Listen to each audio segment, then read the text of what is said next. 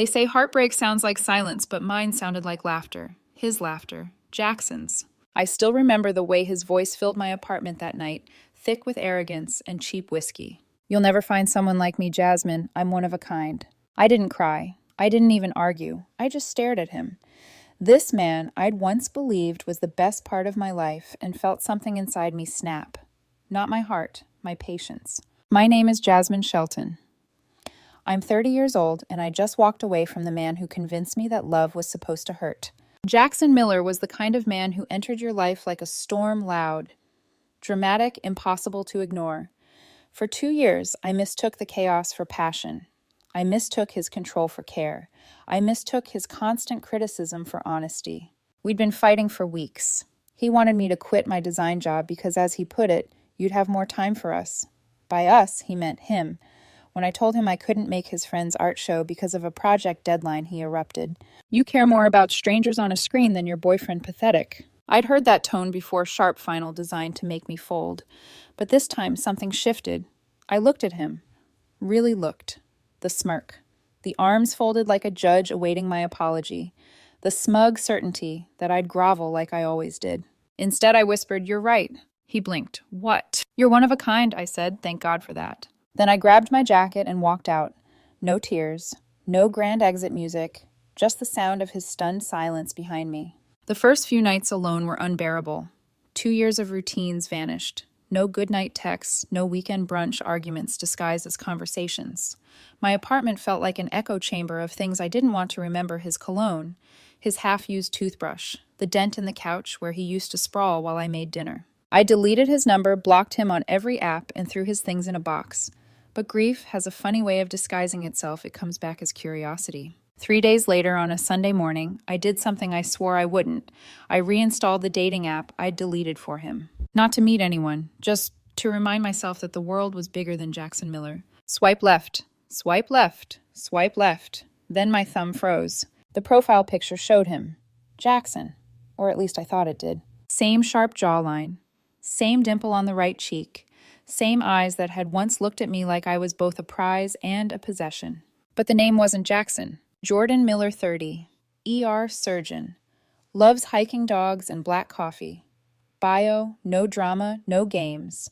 Just looking for something real. I felt my stomach drop. Either Jackson was playing some twisted game or the universe was mocking me, but the photos didn't fit. The man in these pictures smiled differently, less rehearsed, more real. His clothes weren't designer labels. They were hospital scrubs, mountain trails, messy hair, no filters. Still, the resemblance was too close. I whispered to my empty living room, "You've got to be kidding me." My finger hovered over the screen. Curiosity won. I swiped right. A second later, it's a match. My heart skipped. This was insane. Maybe Jackson had made a fake profile to test me. Maybe he was trying to see if I'd bite. But then, a message popped up. Jordan. Hey, this might sound weird, but do you know someone named Jackson Miller? My throat tightened. My thumbs trembled as I typed back. Jasmine. We dated for 2 years. Broke up last week. Why? The typing bubbles appeared instantly. Jordan. Because he's my twin brother. We haven't spoken in 7 years. Can we talk? For a moment, I couldn't breathe. Twin brother. The resemblance suddenly made sense. But twins, Jackson had never mentioned a brother. Ever. He'd always told me he was an only child. Claimed his parents died when he was young. No siblings. No family left. Every story he told me, the sob stories, the lonely childhoods, they were all lies. I sat there shaking. Why would he hide a twin? Why lie about something like that? What else did he lie about? A second message came through. Jordan. I promise I'm not messing with you. I just think you deserve to know why he is the way he is. Coffee tomorrow. I stared at my phone for a long time before typing. Jasmine tomorrow. 2 p.m. Luna Cafe downtown. He sent a thumbs up emoji. Casual, simple, but I could feel the tension threading through every letter. That night I couldn't sleep. My mind kept replaying every moment with Jackson, his manipulative apologies, his possessive streak, his stories about being misunderstood. What if the person he wanted me to see wasn't real at all? Around midnight, I dug through old photos, ones I hadn't deleted yet. Jackson smiling at the beach. Jackson at dinner. Jackson with that same dimpled grin. Now that I knew there was another face like his out there, I couldn't unsee it. Every image looked staged artificial, like a copy of something genuine. I whispered into the darkness, "Who are you really, Jackson?" The next morning, I almost bailed on the meeting. My rational side screamed, "This is insane, Jasmine. You're meeting your ex's twin brother." But something deeper, a mix of fear and curiosity, pushed me out the door. Luna Cafe was crowded with the usual morning rush. I spotted him instantly. Jordan Miller, same face, different presence. Where Jackson carried himself like a performer waiting for applause, Jordan sat quietly stirring his coffee, lost in thought, his posture relaxed, his eyes gentle, his expression almost apologetic when he looked up and saw me. He stood and smiled. "Jasmine." I nodded, still half in disbelief. "You really do look like him." "Unfortunately," he said with a faint laugh. "Trust me, it's not a compliment." That single line, half humor, half pain, told me everything. This wasn't a trick. This wasn't Jackson. This was someone who had spent years trying to not be him. We sat. The silence stretched awkward, but strangely comfortable. Then he said quietly, "I know this must be weird. I recognized you. Jackson's been using your photos." My stomach dropped. "What?" "Someone sent me screenshots. A fake profile. Your name, your face, his captions. I figured he was doing it to manipulate someone. Then I saw your dating profile. I had to reach out." I felt a chill crawl up my spine. Jackson had made a fake account of me. My voice cracked. Why would he do that? Jordan's expression darkened. "Because that's what he does." He hesitated, then added, "Look, I don't want to overwhelm you, but Jackson, he's not just selfish, he's dangerous when he feels abandoned." I swallowed hard. He told me he didn't have a family. Jordan's jaw tightened. "He said the same thing about me, about everyone. But I'm very real, Jasmine, and I think you deserve to know what you got away from." He pulled out his phone, opened an old photo. Two identical boys in high school uniforms smiling at the camera. Jackson flashing his usual cocky grin, Jordan looking reluctant beside him. "That was the last time we looked like brothers," he murmured. I stared at the photo, my heart racing. Two identical faces, but only one of them still had a soul behind the eyes. He looked up. "Dinner tomorrow, I'll tell you everything, but only if you're really ready to hear it." I hesitated, then nodded. "Tomorrow." As I left the cafe, a cold wind brushed past me, carrying the faint scent of roasted coffee and something else, an omen maybe. Because I had no idea that meeting Jordan would drag me straight into the storm I thought I'd already escaped. When I opened my eyes the next morning, sunlight spilled through my curtains like it didn't know my life had turned upside down overnight. I kept replaying his words, "Jackson's been using your photos." Every time I thought I'd reached the end of Jackson's lies, I found a new layer buried beneath. Still I went, because some part of me needed to know what kind of man I'd really been loving. Jordan was already at the cafe when I arrived. This time, he wasn't wearing hospital scrubs like in his photos. He wore a plain gray t-shirt and jeans, casual, unassuming. But those eyes, the same shape, the same green flecks as Jackson's, held none of that predatory sharpness. They were tired but kind. He smiled when he saw me. "You came. I said I would." We sat at a corner table. I ordered tea. He ordered another black coffee.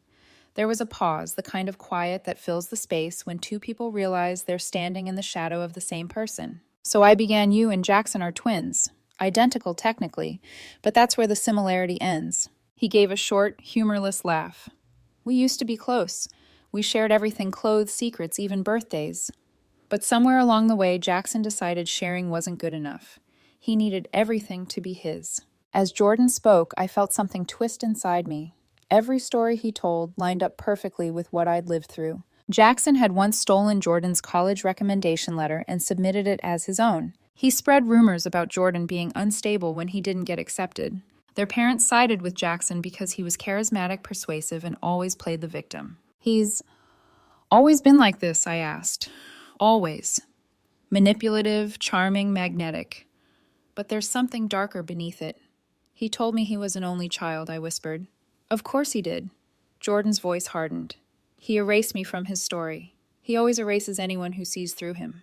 The waitress brought our drinks. Steam rose between us, curling like smoke from an old wound. I stared at the rippling tea surface. He lied about everything, even his family. Jordan's jaw clenched. "You're not the first person he's done this to, Jasmine." He hesitated before adding softly, "You might not even be the worst." That sentence made my blood run cold. He told me about 7 years ago, the year everything collapsed. Jordan had been engaged to a woman named Lily, another doctor in his residency program. Jackson had just gone through a breakup and needed a place to crash. Out of guilt, Jordan let him stay in his apartment for a few weeks. One night, Jordan came home early from a double shift and found Jackson in bed with Lily. My throat went dry. "Oh my God." "Yeah," Jordan said quietly. "But it gets worse." Jackson had been pretending to be me for weeks. He used my clothes, my voice, my phone. He'd text Lily during the day, set up lunches, tell her I missed her. She thought she was sleeping with her fiancé. He rubbed his temples. When she realized she couldn't process it, she left. I lost her my home, my reputation, everything. Jackson told our parents I'd lost my mind, that I was jealous, that I'd made it all up. They believed him. There was a long, heavy silence. I didn't know what to say. "I'm sorry," I finally whispered. "Don't be. You didn't know what he was. Neither did you," I said quietly. He gave a faint smile. "Fair point." We sat there for another hour, long enough for our drinks to go cold and the afternoon crowd to start trickling in. Somewhere in that time, my shock turned to anger. He told me I was paranoid, that I overreacted. Every time I tried to leave, he'd beg, then accuse, then cry. "He knows exactly how to shift the blame," Jordan said. "He studies people until he finds what breaks them. Then he uses it, like a game, like survival." His words lingered in the air. There was no bitterness in them, just the exhaustion of someone who'd already drowned in that same storm. Jordan leaned back in his chair, studying me. "Can I ask something?" "Sure. Why did you stay so long?" The question hit harder than I expected. I opened my mouth, then closed it. "Because he made me feel like I was the only person who could save him. Like if I left, he'd fall apart. I didn't realize he'd already fallen and was just pulling me down with him." Jordan nodded slowly. "That's exactly how he operates." Then he said something I'll never forget. "Jackson doesn't love people, Jasmine. He collects them." He checked his watch. He had a hospital shift in an hour. Before leaving, he pulled a folded invitation from his pocket and placed it on the table. "Our parents' anniversary. 35 years. Country club. I wasn't going to go. Why are you showing me this?" "Because Jackson will be there, and I think it's time my family saw who he really is. But I can't do it alone." I frowned. "You want me to come?" He smiled, tired but certain. "You already know the mask he wears. You've survived it. I need someone who's seen the real him." I stared at the gold-embossed invitation. The edges were trembling between my fingers. "I don't want revenge," I said finally. "Neither do I," he replied. "I want closure." He stood, left a tip on the table, and looked at me one last time. "Think about it, and be careful. Jackson doesn't let go easily." That night, I lay in bed staring at the ceiling, the invitation glinting faintly under my lamp. Jackson's face, Jordan's face haunted me in overlapping flashes. One smirking, one solemn, one liar, one healer. My phone buzzed, an unknown number, a text. "Jackson, you think you're free? You're not. You'll come back like you always do." My hands shook as I deleted the message. Maybe Jordan was right. Jackson didn't love people. He collected them, and I'd just managed to break off the chain. But something told me the collection wasn't finished yet. The night before the dinner, I couldn't stop pacing. Every time I tried to close my eyes, I saw his face. Their face split in two, like a mirror cracked down the center. One half smiling with warmth, the other half smirking with menace. I kept asking myself why I'd agreed to meet Jordan again, why I couldn't just block both twins and move on. But curiosity has its own gravity. And maybe part of me wanted to face the monster I'd loved, even if it meant staring at his reflection. We met at a quiet Thai restaurant tucked behind the hospital where Jordan worked. He looked exhausted, still in scrubs, his stethoscope slung around his neck like an afterthought. He gave a small smile when I walked in. "You actually came. You said you'd tell me everything. I will. But before I do, are you really done with him?" That question caught me off guard. "Jackson, yeah. I blocked him. I deleted everything." "Good," he said softly. "Because after what I tell you tonight, you'll never want him back." We ordered dinner, but neither of us touched the food. Jordan started slowly, like someone unwrapping a bandage that had stuck too long to the wound. "Jackson and I were inseparable when we were kids. Same clothes, same haircut, same everything. We used to play this game where we'd switch places, fool our teachers, our friends. It was harmless, until it wasn't." He looked down, tracing the rim of his glass. "By the time we hit high school, he wanted to be seen as the better twin. More charming, more talented, more special. If someone complimented me, he'd find a way to ruin it. Ruined how I asked. Rumors, mostly. Lies. He told people I cheated on exams. Told our parents I'd stolen his money. He even convinced my girlfriend at the time that I'd been unfaithful. Did your parents believe him? Always, he said, voice flat. Jackson was their golden boy. He could do no wrong. I was the difficult one, the quiet one, the one they said needed therapy. I could see his hands tremble slightly. He wasn't telling me a story. He was reliving a trauma. He told me how things escalated in their 20s. Jackson dropped out of college and floated between jobs, charming people, just long enough to take what he needed. Jordan, meanwhile, worked through medical school, fell in love, got engaged to Lily. Jackson showed up right after our engagement party, he said. Said he wanted to reconnect. I was naive enough to believe him. Jordan's voice cracked. He moved in, claimed he was broke. Lily felt sorry for him. She said, "He's your brother Jordan. Give him a chance." He paused. I could tell he didn't want to say the next part, but forced himself to. One night I came home early from a night shift. The apartment was dark. I heard voices from the bedroom. I thought Lily had fallen asleep watching TV. "Jordan," I whispered. It was him, Jackson, in my bed, pretending to be me. The air left my lungs. He pressed his hand against his forehead like he was trying to keep the memories from spilling out. He wore my clothes. He used my phone. He'd been seeing her for weeks, sending her texts, meeting her for lunch, sleeping with her, all while pretending to be me. "What did you do?" I confronted him. He laughed. Said, "She liked me better." Lily was horrified, of course, but Jackson told her I was unstable, that I'd been imagining things. By the end of that week, she'd left town. I lost her and my family in one move. He looked up, eyes glistening. "You asked me why he lies, Jasmine. It's because truth doesn't get him what he wants." I sat frozen, the Thai food untouched and cold between us. Everything Jordan said fit Jackson perfectly. The manipulation, the charm, the need to be adored, the cruelty when cornered. It was like hearing my own past narrated by someone else. I used to think I could fix him, I admitted. I kept telling myself if I just loved him right, he'd change. "You can't fix someone who enjoys breaking you," Jordan said. His tone wasn't bitter, just matter of fact, like a doctor diagnosing a wound too deep to stitch. He glanced at the restaurant window.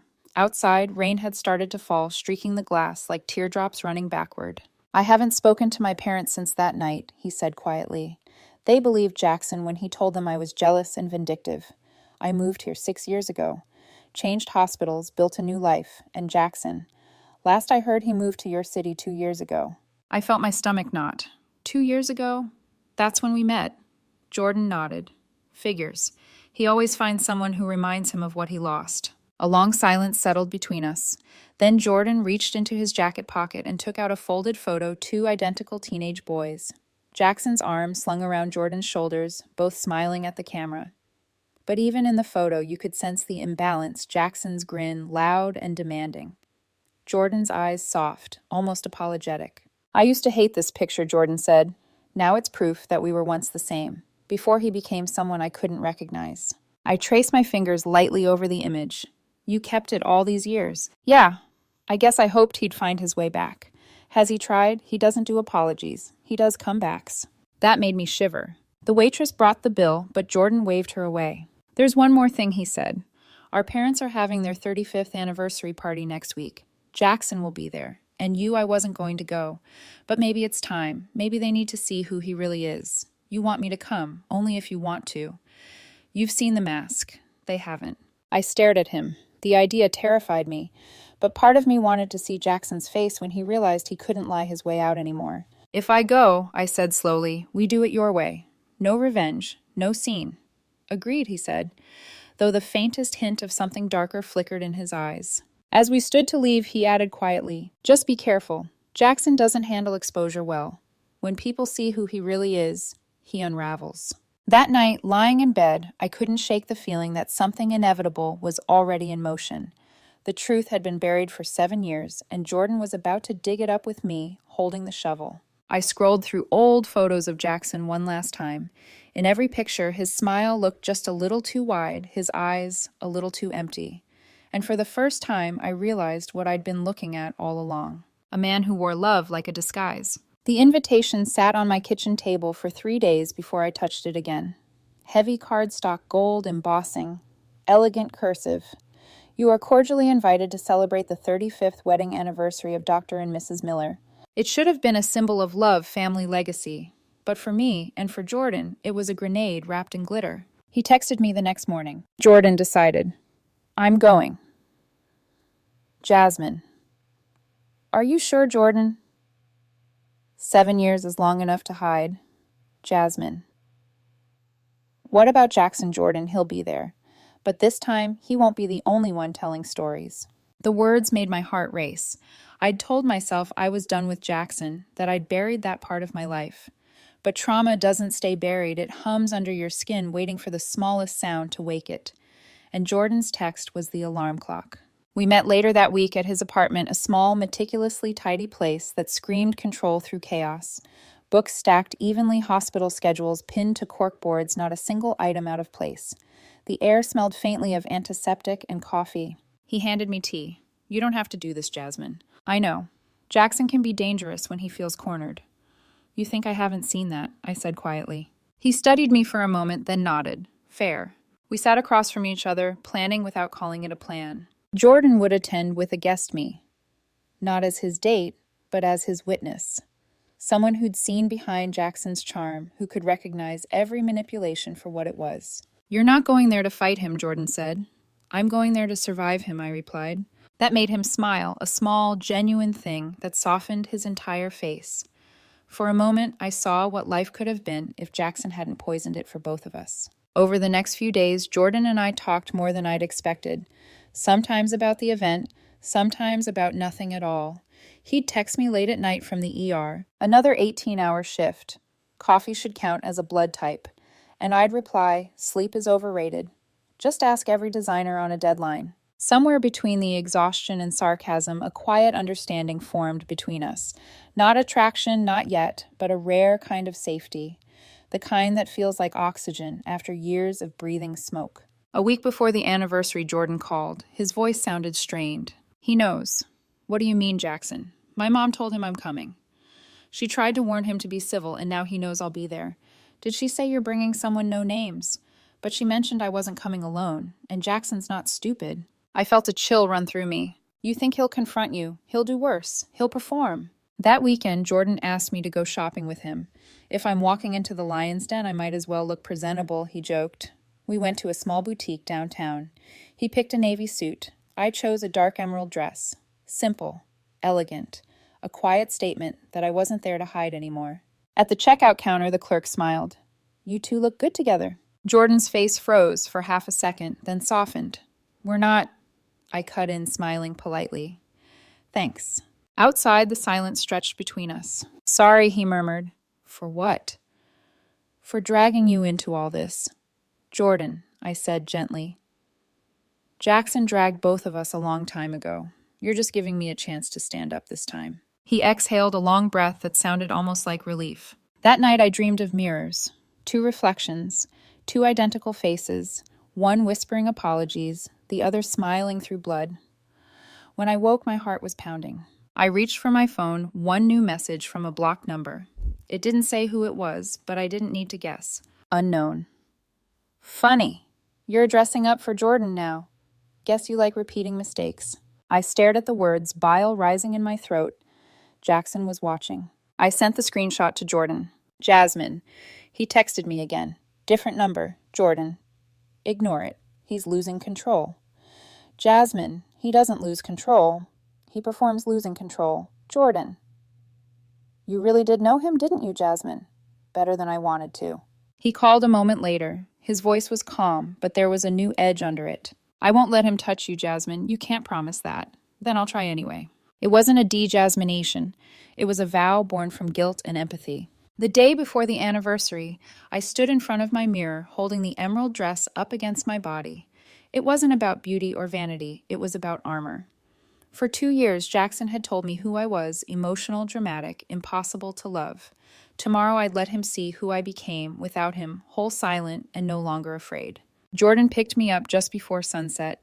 He looked composed, but the tension in his jaw betrayed him. You ready? He asked. No, but let's go anyway. We drove in silence. City lights bled into highway darkness, and the country club appeared in the distance. Gold lights twinkling through trees, a perfect facade for a family built on lies. As we turned into the parking lot, Jordan's hand gripped the steering wheel a little too tight. You can still change your mind, he said. So can you. Then I guess we're both stubborn. He smiled just barely, but I could see his pulse racing in his throat. When we stepped out of the car, I took one last deep breath. This wasn't just a reunion. It was an unmasking. And Jackson Miller was about to meet the one thing he could never manipulate: the truth. If the devil hosted a party, it would look exactly like the Millers' anniversary. Crystal chandeliers glimmered above perfectly arranged tables, string music floated through the air, and laughter polished. Practiced laughter bounced off every wall. But underneath the perfume and champagne, I could smell tension. It was thick, sour, and waiting to detonate. Jordan and I walked in together. He looked immaculate in that navy suit, shoulders squared like armor.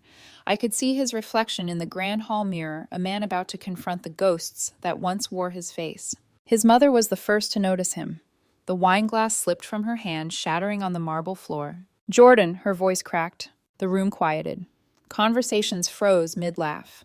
Dozens of eyes turned toward us, confusion spreading like wildfire. Dr. Miller, tall, gray-haired, and stiff as the stem of his glass, stared as if seeing a ghost.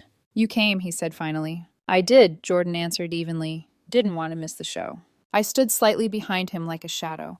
I wasn't there to steal focus. I was there to bear witness. His mother blinked away tears. "You look so much like—" And then she stopped, because the doors at the other end of the room opened and Jackson walked in. Same face, same posture, same jawline. But where Jordan looked grounded, Jackson looked performed. Everything about him was polished for attention. His tailored black suit, his confident grin, the hand of a woman on his arm. Her laugh was high-pitched nervous. Jackson's voice carried through the room like a familiar nightmare. "Sorry we're late, traffic, you know how it is." The chatter resumed, but lighter now, uneasy. Because everyone could feel it, the collision coming. When his gaze landed on us, he froze. First confusion, then disbelief, then something darker. "No," he whispered. His date frowned. "What's wrong? That can't be—" He took a step forward, then another. "You're not supposed to be here," he said, eyes locked on Jordan. "Why not?" Jordan replied coolly. "Family event, right? I'm family." Jackson's mouth twitched. Not anymore. The air crackled between them. Two identical men facing off under chandeliers, one calm, one unraveling. I could feel everyone watching, whispering, wondering. Jackson's date tried to break the tension with a laugh. "Wow, you weren't kidding. You do have a twin." But Jackson didn't even glance at her. His eyes darted between Jordan and me. Recognition hit him like a slap. "Jasmine." I met his gaze steady and unflinching. "Hello, Jackson." The smirk vanished. His jaw tightened. "What is this?" "Some kind of stunt." "It's called the truth," Jordan said. "You should try it sometime." Jackson's voice rose. "You brought my ex to our parents' anniversary. Are you insane?" Jordan's tone didn't waver. "Insane, maybe, but not half as delusional as pretending I don't exist." The murmurs grew louder. Jackson's mother pressed a hand to her chest. "Boys, please, Mom." Jordan interrupted gently. "You've been living with one son's story for 7 years. Maybe it's time to hear the other." Jackson laughed sharp and brittle. "Oh, here we go. The victim act. Poor Jordan, the misunderstood twin. Don't tell me you're still blaming me for your little meltdown." "You mean when you impersonated me and slept with my fiancé," Jordan shot back. The room fell silent. Even the string quartet stopped playing mid-note. Jackson blinked, then smiled tightly. "You really should get help for those delusions, brother." But Dr. Miller's voice cut through the tension, steady and low. "Enough." Jackson turned. "Dad, we know Jackson." His mother stepped forward, eyes brimming. "We know what you did. Jordan sent us the footage." Jackson's entire body stilled. "What footage?" "From your old apartment," Jordan said. "You never noticed the hallway camera, did you?" The crowd gasped softly. Jackson's facade cracked for the first time. His voice trembled. "You went digging through the past." "You're pathetic." "No," Jordan said. "Just tired of watching you rewrite it." Jackson's date stepped back, confusion etched on her face. "What is he talking about?" she asked. Jackson snapped. "Nothing. She's my ex's friend. This is some setup." I took a deep breath. My pulse pounded in my ears. "Not a setup," I said evenly. "Just a reunion. You told me you were an only child. You told me your brother was dead." The room murmured again. Jackson's mask slipped entirely now, his eyes darting wildly, his smile twitching. "You don't get it," he spat. "He ruined everything. He took everything from me." "No," Jordan said quietly. "You destroyed everything that loved you." Dr. Miller placed a trembling hand on Jordan's shoulder. "We're sorry, son," he whispered. "We should have believed you." Jackson staggered back as if he'd been struck. You're taking his side after everything I've done for you. His mother's voice was soft but final. Everything you've done was for yourself, Jackson. Jackson's fury exploded. This is your fault, he hissed at me. You turned them against me. I didn't flinch. You did that all by yourself. He sneered. You think you've won something, he'll use you just like I did. It's in our blood. Maybe, I said quietly, but at least he bleeds honestly. The silence that followed was deafening. Then Jackson's date, still pale, grabbed her purse and walked out. He spun toward her. Wait, you don't know the full story? She didn't look back. Jackson stood alone in the center of the room, trembling, his reflection flickering in the crystal light. He looked at Jordan one last time. You'll regret this, he whispered. All of you. Maybe, Jordan said, but at least we'll regret it together. And then Jackson stormed out. The sound of the door slamming echoed like thunder after lightning. No one spoke for a long time. The string quartet quietly resumed, an awkward, uncertain melody.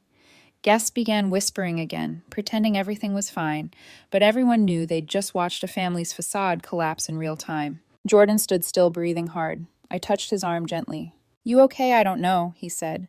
I thought it would feel like justice. It just feels empty. His mother reached out, tentative. Jordan, can we talk privately? He hesitated, then nodded. As they walked away, I stayed behind, surrounded by the fragments of their family's perfect image. I caught my reflection in one of the mirrors. For a second, I could still see Jackson's face overlapping mine, the face that once told me I'd never find someone like him. And I smiled to myself, because now I understood he was right. The world felt unnaturally quiet after Jackson's storm. When Jordan and I stepped outside the country club that night, the air was cold, sharp, clean, the kind of chill that only comes after something's been burned down. Behind us, laughter had returned inside the ballroom, fake and fragile. But out here, under the faint glow of parking lot lamps, everything was still. Jordan loosened his tie. His hands trembled as he lit a cigarette, something he'd told me he hadn't done in years. The flame flickered tiny and nervous, just like both of us. I didn't even want to smoke, he muttered. I just needed to hold fire. I leaned against the car. You did it. They finally saw him. He let out a hollow laugh. Yeah. Took 7 years and a public meltdown. Then quieter, I thought I'd feel vindicated. But it just feels like morning. The drive back was mostly silent. Every streetlight flickered across his face 1 second, Jackson's features the next Jordan's. It was unsettling how easily the line blurred in the dark. When he dropped me off, he said, Thanks for coming. You didn't have to stay through that. I wanted to. Why? I hesitated because I needed to see that it wasn't me, that he really is broken. Jordan nodded slowly. He is, but he's not harmless. Keep your phone on tonight, okay? I smiled faintly. You sound like you're still protecting him. No, he said, looking at the steering wheel. Just everyone he's ever hurt. The next morning, my phone was buzzing before sunrise. 23 missed calls, 7 unknown numbers, 1 voicemail. I pressed play. Jackson's voice flooded my apartment, shaky, furious, unraveling. You think you embarrassed me. You think you can stand there with my brother and turn my parents against me. You have no idea what you've done. You're nothing without me, Jasmine. You never were. Click. I stared at the phone, bile rising in my throat. Then another text came in, this time from Jordan. Jordan. He showed up at my hospital this morning. Security escorted him out. I'm filing for a restraining order. By afternoon, the gossip had spread online. A video clip from the party shaky phone filmed was circulating with captions like family explodes at anniversary event and twin brothers confrontation goes viral. Someone had even tagged the hospital where Jordan worked. He called me again, voice tight. He's spinning it online, making it look like I staged the whole thing to ruin him. Ignore him. You can't ignore someone who thrives on reaction. He was right. Jackson didn't disappear. He multiplied. Fake accounts, private messages, whispers in mutual circles. By evening, my own inbox filled with messages from strangers. Is it true you slept with both twins? Jackson says you're obsessed with him. Homewrecker. I didn't cry. I'd done that years ago when I still thought his words mattered. Instead, I opened a new post, public short, simple. For the record, I dated one man. He lied about having a twin. I've met the other. He's everything his brother pretends to be. The truth always reveals itself eventually. Then I logged off. That night, Jordan came over. He looked exhausted but calm. We sat on my couch, 2 survivors drinking tea instead of celebrating victory. He'll escalate, he said quietly. He already is. Then we keep documenting everything. Don't engage.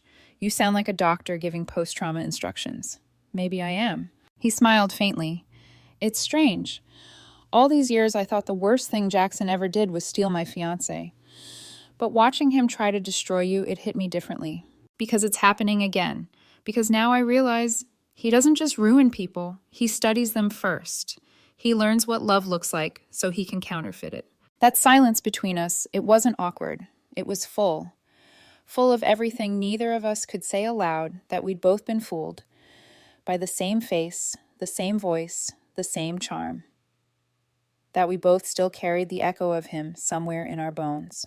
The restraining order came through the next week. Jordan sent me a copy of the court email, short and procedural. I replied with one word, "Finally." He texted back an hour later. He'll violate it. He always does. And he was right again. 2 days later, my workplace called me in. Someone had reported me for harassment and stalking an ex. I knew immediately who it was. Fortunately, my manager knew the situation. "Don't worry, Jasmine," she said. "We've seen this kind before." But my hands still shook when I signed the HR form. Not out of fear, out of anger, that even after exposure, Jackson could still reach through the cracks. Jordan stopped by that evening. He looked heavier, not physically, but like someone carrying years of grief finally surfacing. He sat beside me quietly. "My parents called," he said finally, "and they want to meet. Just me this time. Will you go? I don't know. I've spent 7 years trying not to need them, but now they finally see the truth, and I don't know what to do with it." I understood that feeling too well when closure doesn't heal you. It just exposes how deep the wound runs. I placed a hand over his. "You don't owe them forgiveness." "Maybe not," he said softly, "but I owe myself peace." We sat in silence. Rain began to fall, tapping softly against the window. In that moment, I realized something. Jordan wasn't my mirror image of Jackson. He was proof that trauma doesn't have to replicate itself, that two people can share a face and still choose opposite souls. He looked at me, then really looked. "You're free of him now, Jasmine, are you?" I asked. He hesitated. "Almost." And that was honest enough. Later that night, as I lay in bed, another message buzzed onto my phone. No name, just one sentence. "Unknown. If you think this is over, you don't know me at all." I stared at the words until they blurred into static. Then I smiled faintly, turned off my phone, and whispered to the dark, "Oh, Jackson, I know you too well. That's exactly why I'm not afraid of you anymore." 2 months later, Jackson was silent. Not gone, just finally contained. The restraining order held. His social media accounts vanished one by one. His charm offensive withered under scrutiny, and the people he used to manipulate drifted away. Rumor had it he'd lost his job after the hospital incident went public. Another rumor said he'd moved back in with his parents under the condition that he attend therapy. For the first time in years, the world felt quiet. Jordan and I still talked every few days, texts, quick calls, the occasional coffee after his shifts. But it wasn't about Jackson anymore. It was about ordinary things, hospital stories, neighborhood cats, bad movies. After all the chaos, silence felt strange, but good. One evening, we met at a small park near the hospital. He was in scrubs, hair messy from another 12-hour shift. I handed him a sandwich and said, "Doctor's orders, eat something that didn't come from a vending machine." He laughed. "You're bossy for someone not wearing a lab coat. Occupational hazard of surviving, you Millers." He sat beside me on the bench, unwrapping the sandwich slowly. "My parents called again," he said after a while. "And they want to meet for dinner. Just us. No Jackson. Are you going?" "Yeah. I think I owe it to the version of me that waited 7 years to hear them say they were wrong." He looked away toward the playground. "I don't expect miracles, but maybe I'll finally get peace." "You deserve that," I said softly. And for once he didn't argue. As for me, life had moved forward one quiet step at a time. I'd started seeing someone new. A literature teacher named Noah. He was gentle where Jackson had been volatile, patient where Jackson had been cruel. He didn't demand to be worshipped. He just listened. Our first date was at a used bookstore. He handed me a dog-eared poetry book and said, "Pick a line, any line. That's how we'll know if we're compatible." My line read, "I have loved the stars too fondly to be fearful of the night." His grin was soft. "Then you're already halfway healed." I didn't fall fast. I didn't need to. This time, love didn't feel like falling. It felt like exhaling. When I told Jordan about Noah, he smiled like a proud brother. "Good," he said. "You needed someone real. So did you." "Maybe someday," he admitted. Right now, I'm relearning how to be alone without feeling lonely. He paused, studying me with that same gentle honesty that had defined him from the start. You ever think about how easily people mistake performance for personality? Every day, I said. Jackson was a masterpiece of performance. He nodded slowly. He told me once he was one of a kind. I think he meant it as a warning, not a boast. Maybe it was both, I said, but he was wrong about one thing. What's that? There is someone like him. You. Same face, same blood, just the other side of the mirror. Jordan smiled faintly. Maybe that's why he hated me. I was proof that he didn't have to be the way he is. For a long moment, neither of us spoke. The sun dipped below the horizon, streaking the sky with gold and lavender, the colors of endings that aren't quite sad. Weeks later, I got a handwritten letter in the mail. No return address, but the handwriting was instantly recognizable, elegant, slanted, too careful to be casual. Jasmine. They say people like me can change. They're wrong. We just learn how to hide better. But you changed. You learned how to stop letting me define you. Don't worry, I won't bother you again. You were the only person who ever saw me clearly, and you hated what you saw. Maybe that's punishment enough, Jay. I read it twice.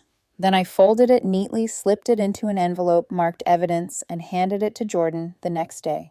He didn't say anything, just nodded. That night, I sat on my balcony watching the city lights flicker like distant stars. The wind smelled like rain, and for the first time, that smell didn't remind me of arguments or slammed doors.